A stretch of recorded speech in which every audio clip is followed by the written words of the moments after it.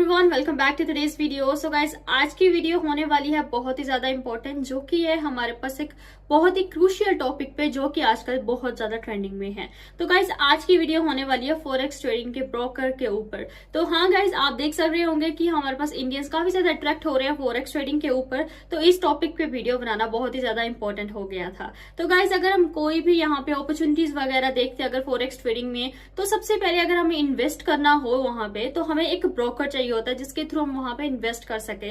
तो बस ब्रोकर में कौन कौन सी हमारे पास बहुत चीजें हैं जिन्हें हमें ध्यान में रखनी चाहिए। तो मैंने आपके लिए दो चीजें यहाँ पे ढूंढ के रखी हैं, बहुत ही इंपॉर्टेंट है, जो कि हमें एक फॉरेक्स ट्रेडर के ब्रोकर में यहाँ पे देखनी चाहिए। तो सबसे पहली चीज है जो हिडन फी स्ट्रक्चर होता है, वो देखना बहुत जरूरी है। काफी सारे जो ब्रोकर्स होते हैं, काफी सारे जो वहां पे जैसे सेल करते हैं या फिर बाय करते हैं, उनमें हिडन फी यहाँ पे लगा के वो दे देते हैं। जैसे कि आपके प्रॉफिट्स आए तो उन प्रॉफिट्स में से तो आधे से ज्यादा आपका जो प्रॉफिट है वो उनकी कमीशन में ही चला जाता है, जो कि वो उसे हिडन फी के नाम से बोलते हैं।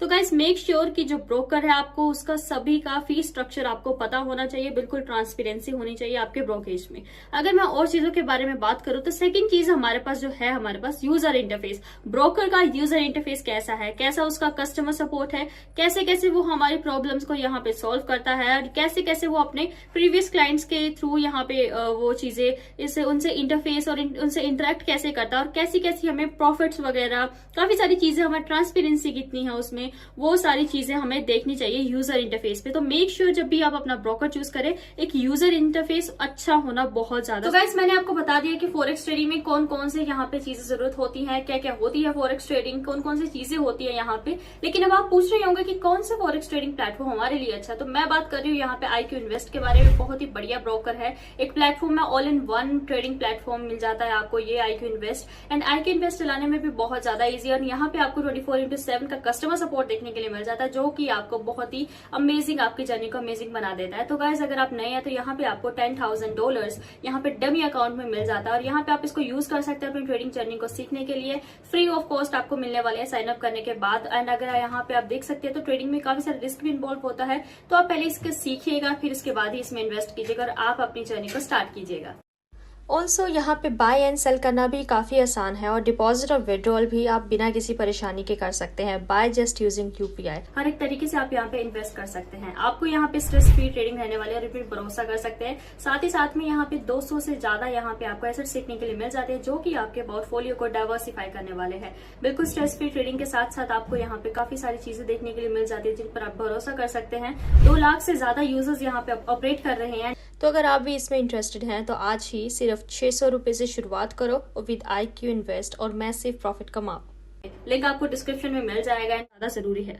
तो गाइस, जब भी कोई यहाँ पे फॉरेक्स ट्रेडिंग पे ट्रेड करता है तो आपको वहां पे फी स्ट्रक्चर का तो देखना बहुत ही ज्यादा इंपॉर्टेंट है। तो फी स्ट्रक्चर के मैंने कुछ 5 एलिमेंट्स यहाँ पे देखे हैं कि जो आपको देखना ही देखना है। तो सबसे पहला एलिमेंट है हमारे पास कमीशन। तो जैसे कि आप देख सकते हैं कि हम जैसे भी ब्रोकर यहाँ पे ट्रेड करता है, जिसी के ब्रोकर के थ्रू हम यहाँ पे ट्रेड करवाते हैं, इन्वेस्ट करवाते हैं, तो आपका यहाँ पे बाई के टाइम पे कितना कमीशन लग रहा है और सेल के टाइम पे कितना यहाँ पे अमाउंट पे करना पड़ रहा है आपको ब्रोकर को, वो चीजें आपको देखनी पड़ती है। क्योंकि ये बहुत ही ज्यादा इंपॉर्टेंट है कि ब्रोकर कितना जितना ज्यादा वो ब्रोकर यहाँ पे हाई करेगा कमीशन बाय और सेल के टाइम पे, उतना ज्यादा आपका ब्रोकरेज रेट होगा। तो मेक श्योर आप ब्रोकर की इस चीज को बहुत ही अच्छे तरीके से एनालाइज कीजिएगा। सो गाइस, हमारे पास सेकंड चीज आ जाती है स्प्रेड। तो स्प्रेड होता है हमारे पास, अगर आपको सिंपल भाषा में समझाऊं तो जितना आपका यहाँ पे बिडिंग प्राइस होगा और जितना वहां से आस्क प्राइस होगा, उन दोनों के बीच में जो डिफरेंस होगा उसे हम स्प्रेड बोलते हैं। तो जितना ज्यादा कम टाइट यहाँ पे हमारे पास स्प्रेड होगा, उतनी ही जल्दी हमारे पास यहाँ पे ट्रेडिंग में लगने वाला है, टाइम कम लगेगा। तो यहाँ पे आप देख सकते हैं कि आपको स्प्रेड जितना ज्यादा कम हो उतना ज्यादा ही आपको अच्छा रहेगा।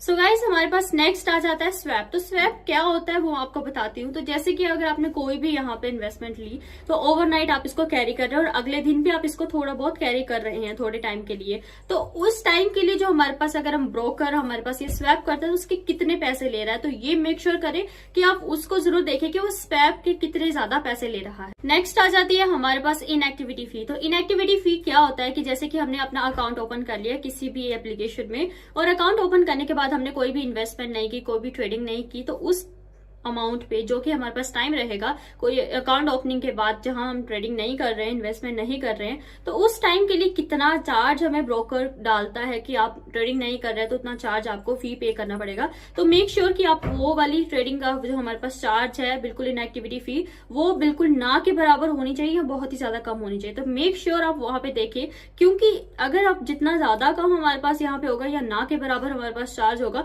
तो उतनी ज्यादा ही हमारे पास ट्रेडिंग जर्नी हमारे पास वो होगी जो इजी होगी। सो गाइस, लास्ट है हमारे पास विड्रॉल फी। तो विड्रॉल फी का होना बहुत ही ज्यादा जरूरी है, जो कि बिल्कुल कम होनी चाहिए। अगर आपकी मान लो सारी इन्वेस्टमेंट, ट्रेडिंग भी आपने कर लिया, अकाउंट भी आपने ओपन कर लिया, काफी सारी फीस वगैरह सब कुछ हो गया, एंड में अगर आप कुछ पैसे अपने अकाउंट से निकालना चाहेंगे, अपनी ट्रेडिंग के जो आपने जीते हैं, प्रॉफिट वगैरह किया हुआ है, वो अपना विड्रॉल करना चाहेंगे, तो मेक श्योर कि आप जहां से विड्रॉल कर रहे हैं वहां पे कम से कम फी हो, क्योंकि आपके प्रॉफिट पे यहाँ पे बिल्कुल फर्क नहीं पड़ना चाहिए।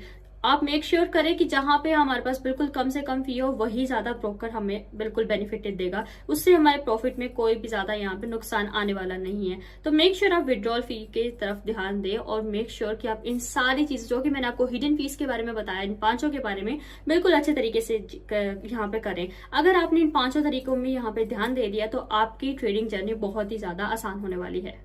सो गाइस, हमने बात कर ली फी स्ट्रक्चर्स के बारे में, अब हम बात करेंगे यूजर इंटरफेस के बारे में। तो यूजर इंटरफेस बहुत ही ज्यादा जरूरी है, जो कि मैं अपनी बात करूं तो मेरा गो टू यूजर इंटरफेस यहाँ पे सबसे ज्यादा इजी इंटरफेस मुझे दिखता है।